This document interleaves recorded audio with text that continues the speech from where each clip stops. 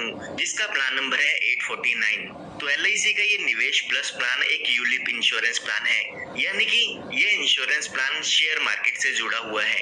इसमें आपको इंश्योरेंस का बेनिफिट तो मिलता ही है, साथ में इन्वेस्टमेंट का बेनिफिट भी इसमें आपको मिलता है। जो लोग शेयर मार्केट में पैसा लगाना चाहते हैं लेकिन उनके पास ज्यादा नॉलेज नहीं है और उनके पास इतना टाइम नहीं है, तो वो लोग इस प्लान को ले सकते हैं, क्योंकि इसमें इंश्योरेंस भी आपको मिलता है और जो आपके इन्वेस्टमेंट पर अच्छी रिटर्न भी आपको मिल जाती है। तो निवेश प्लस प्लान एक ऐसा प्लान है जिसमें आपको एक साथ प्रीमियम की पेमेंट करनी होगी, यानी कि जो आपका इन्वेस्टमेंट का अमाउंट होगा वो आपको एक साथ जमा करना है। काफी इंश्योरेंस प्लान ऐसे होते हैं जिसमें आप हर महीने, 3 महीने या 6 महीने में या फिर साल में अपने पॉलिसी का प्रीमियम जमा करती हैं, लेकिन ये एक ऐसा प्लान है जिसमें आपको पूरा अमाउंट एक साथ जमा करना होगा।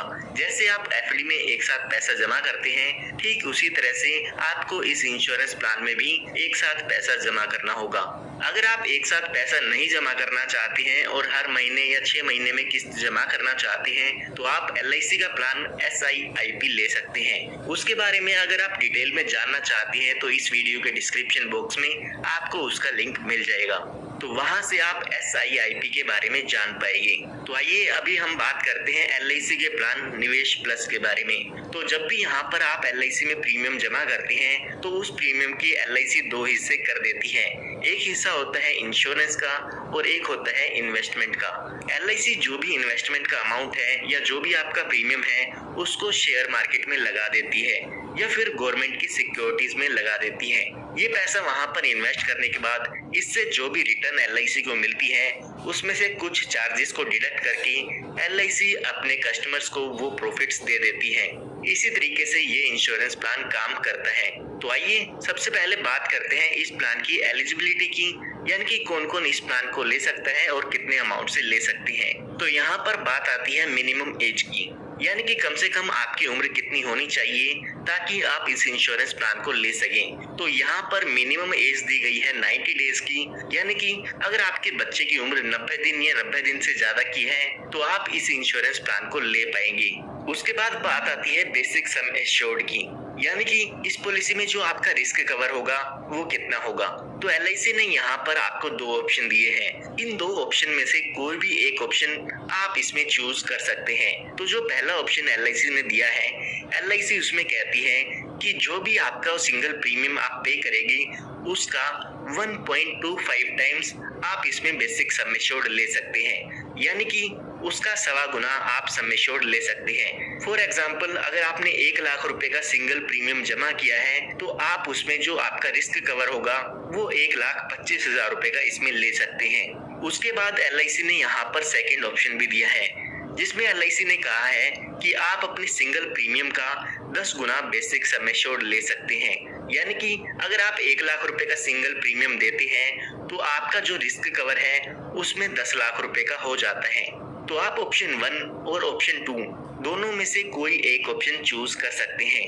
अगर आप ज्यादा रिस्क कवर चाहते हैं तो आपको ऑप्शन 2 सिलेक्ट करना है, अगर आप कम रिस्क कवर चाहते हैं तो आपको ऑप्शन 1 सिलेक्ट कर लेना है। उसके बाद बात आती है मैक्सिमम एज की, यानी कि ज्यादा से ज्यादा कितनी उम्र तक के व्यक्ति को ये इंश्योरेंस प्लान दिया जा सकता है।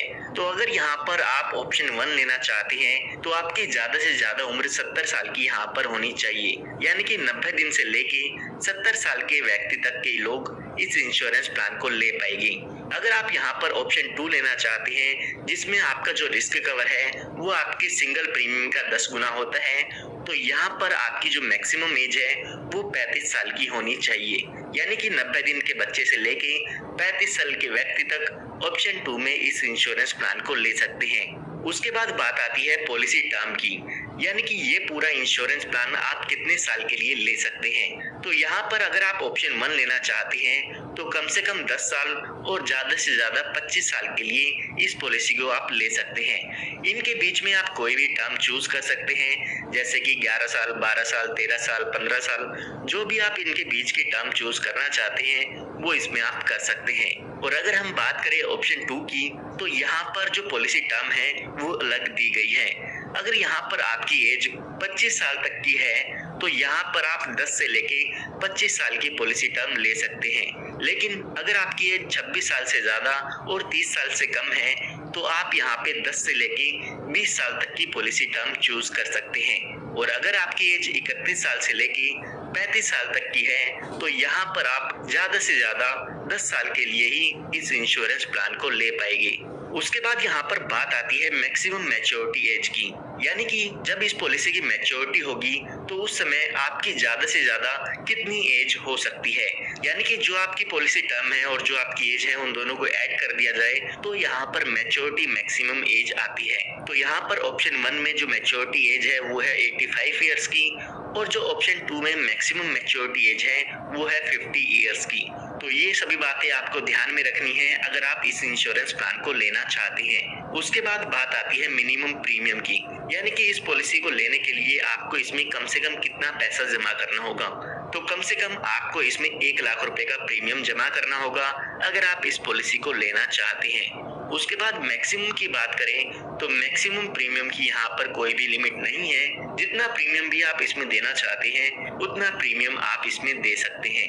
आइए अब एक एग्जांपल लेके इस पूरे इंश्योरेंस प्लान को समझते हैं। तो जो लोग भी इस इंश्योरेंस प्लान को लेना चाहते हैं तो यहाँ पर उनको 4 टाइप के फंड बताए जाते हैं। पहला है बॉन्ड फंड, उसके बाद है सिक्योर्ड फंड, एक है बैलेंस फंड और एक है ग्रोथ फंड। तो आपको इन चारों ही फंड में से किसी एक फंड को चूज करना होगा। तो अगर हम बात करते हैं बॉन्ड फंड की, तो बॉन्ड फंड अगर आप चूज कर लेते हैं तो जो भी आपका प्रीमियम है उसका पूरा का पूरा हिस्सा गवर्नमेंट की सिक्योरिटीज और शॉर्ट टर्म इन्वेस्टमेंट्स में लगाया जाता है। उसमें शेयर मार्केट में आपका पैसा नहीं लगाया जाएगा। यहाँ पर शेयर मार्केट में आपका पैसा नहीं लगाया जाता है तो आपको यहाँ पर रिस्क कम होता है, और रिस्क कम होता है तो यहाँ पर आपको आपकी इन्वेस्टमेंट पर रिटर्न भी कम मिलती है। उसके बाद यहाँ पर जो दूसरा फंड है वो है सिक्योर्ड फंड। अगर हम सिक्योर्ड फंड की बात करें तो जो भी आपका प्रीमियम होता है उसका 15 से लेके 55% हिस्सा आपका शेयर मार्केट में इन्वेस्ट किया जाता है और जो बाकी का बचा हिस्सा होता है वो सरकार की सिक्योरिटीज में इन्वेस्ट किया जाता है। तो यहाँ पर कुछ हिस्सा आपका शेयर मार्केट में लग जाता है तो आपका जो पैसा डूबने के चांसेस है वो थोड़े से यहाँ पर होते हैं। इसी के साथ साथ यहाँ पर जो आपकी रिटर्न है उस पर अच्छा खासा प्रॉफिट आने के चांसेस भी आपको हो जाते हैं। उसके बाद आता है एक बैलेंस फंड, यानी कि इसमें आपका 30 से लेके 70% हिस्सा शेयर मार्केट में लगाया जाता है और बाकी का हिस्सा गवर्नमेंट की सिक्योरिटीज में लगा दिया जाता है। तो यहाँ पर लगभग आधा हिस्सा आपको गवर्नमेंट की सिक्योरिटीज में होता है और आधा हिस्सा शेयर मार्केट में होता है। तो यहाँ पर जो आपका रिस्क है वो मीडियम रिस्क होता है और यहाँ पर आपको एक मीडियम रिटर्न देखने को मिल जाती है। उसके बाद जो यहाँ पर फोर्थ ऑप्शन आपको मिलता है वो है ग्रोथ फंड का, जिसमें आपका ज्यादातर हिस्सा शेयर मार्केट में लगाया जाता है। यहाँ पर 40 से 80% तक का आपका प्रीमियम शेयर मार्केट में लगा दिया जाएगा और बाकी का लगभग 20% हिस्सा गवर्नमेंट की सिक्योरिटीज में लगाया जाता है। यहाँ पर क्योंकि आपका जो पैसा है उसका ज्यादातर हिस्सा शेयर मार्केट में लगा हुआ है तो यहाँ पर आपका रिस्क बढ़ जाता है, यानी कि यहाँ पर आपका जो पैसा है वो डूब भी सकता है और यहाँ पर रिस्क ज्यादा होता है तो इसीलिए जो आपको प्रॉफिट है वो भी यहाँ पर ज्यादा हो सकता है। तो अभी के लिए हम मान लेते हैं कि आप बैलेंस फंड में अपना जो पैसा है वो लगाना चाहते हैं। तो यहाँ पर मान लेते हैं कि जो आपकी एज है वो 30 साल की है और यहाँ पर जो पॉलिसी टर्म है वो आप 20 साल के लिए लेना चाहते हैं, यानी कि जो आपका इंश्योरेंस प्लान है वो 20 साल के लिए रहेगा। उसके बाद अगर हम सिंगल प्रीमियम की बात करें तो यहाँ पर मान लेते हैं कि आप 1 लाख रुपए जमा करना चाहते हैं, क्योंकि जो मिनिमम प्रीमियम है वो 1 लाख रुपए का ही है।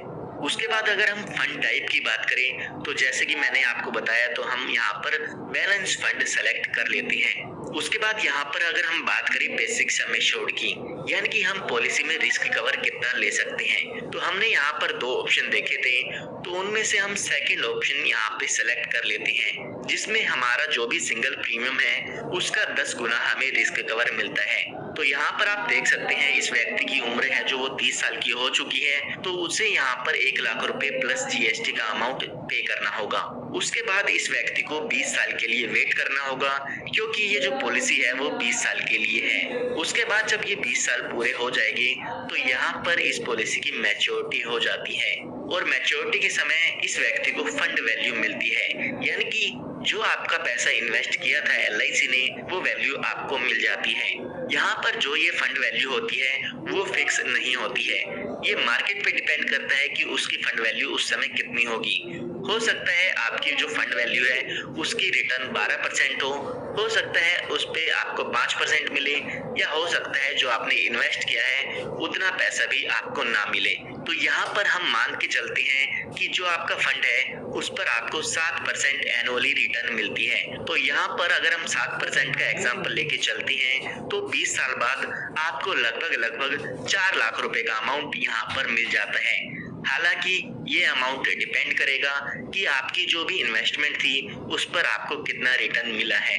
तो आइए अब बात करते हैं डेथ बेनिफिट्स की, यानी कि अगर इस पॉलिसी होल्डर के बीच में डेथ हो जाती है तो इसके फैमिली या नॉमिनी को कितना अमाउंट यहाँ पर मिल जाता है। तो यहाँ पर हम मान लेते हैं कि पॉलिसी के 9th ईयर में इस पॉलिसी होल्डर की डेथ हो जाती है।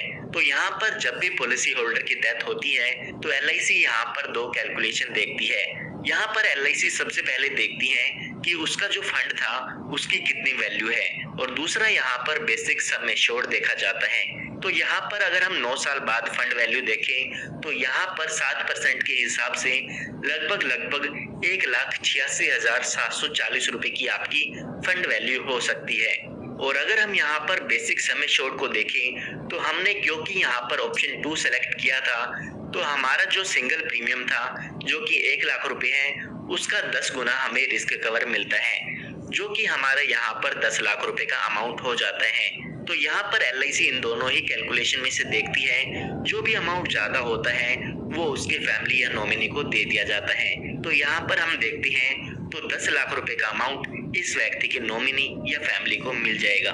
उसके बाद आप अपनी पॉलिसी में एक्सीडेंटल डेथ बेनिफिट भी ऐड करा सकते हैं। अगर यहाँ पर आपने अपनी पॉलिसी में एक्सीडेंटल बेनिफिट राइडर ऐड कराया है और आपकी डेथ एक्सीडेंट के कारण होती है तो यहाँ पर आपको 10 लाख रुपए का अमाउंट एडिशनल मिल जाएगा, यानी कि जो टोटल डेथ क्लेम होगा वो यहाँ पर लगभग 20 लाख रुपए का आपके नॉमिनी को मिल जाएगा। जो भी ये एक्सीडेंटल डेथ बेनिफिट राइडर होता है ये आप पर डिपेंड करता है कि आप अपनी पॉलिसी में इसे ऐड कराना चाहते हैं या नहीं कराना चाहते हैं। इसके लिए आपको कुछ एक्स्ट्रा प्रीमियम देना होता है। आइए अब बात करते हैं कि इस प्लान में और क्या क्या बेनिफिट्स आपको मिल जाते हैं। तो यहाँ पर सबसे पहले LIC ने जो आपको सुविधा दी है वो दी है पार्शियल विड्रॉल की, यानी कि पॉलिसी के दौरान आप अपने फंड में से कुछ पैसा निकाल सकते हैं। अगर आपको पैसों की जरूरत है तो 5 साल बाद आप अपनी पॉलिसी में से कुछ पैसे निकाल पाएंगे।